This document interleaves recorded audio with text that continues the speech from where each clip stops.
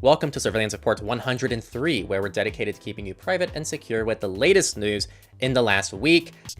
First thing, remember when Apple's saying, "Hey, we're gonna do some CSAM scanning," but this CSAM scanning, it's not looking at the picture and what's the content of the picture. It's looking for hashes of known CP.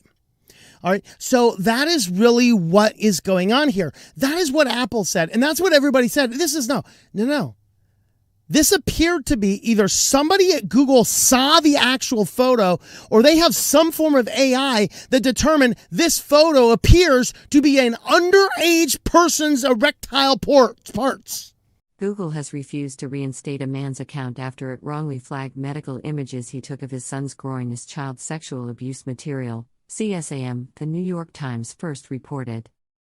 Experts have long warned about the limitations of automated child sexual abuse image detection systems, particularly as companies face regulatory and public pressure to help address the existence of sexual abuse material.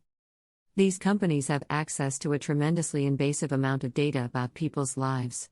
And still they don't have the context of what people's lives actually are, said Daniel Kahn-Gilmore, a senior staff technologist at the ACLU.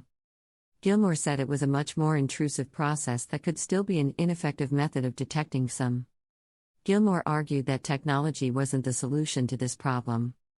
There's a dream of a sort of techno-solutionist thing, where people say, "Oh, well, there's an app for me finding a cheap lunch, why can't there be an app for finding a solution to a thorny social problem, like child sexual abuse?"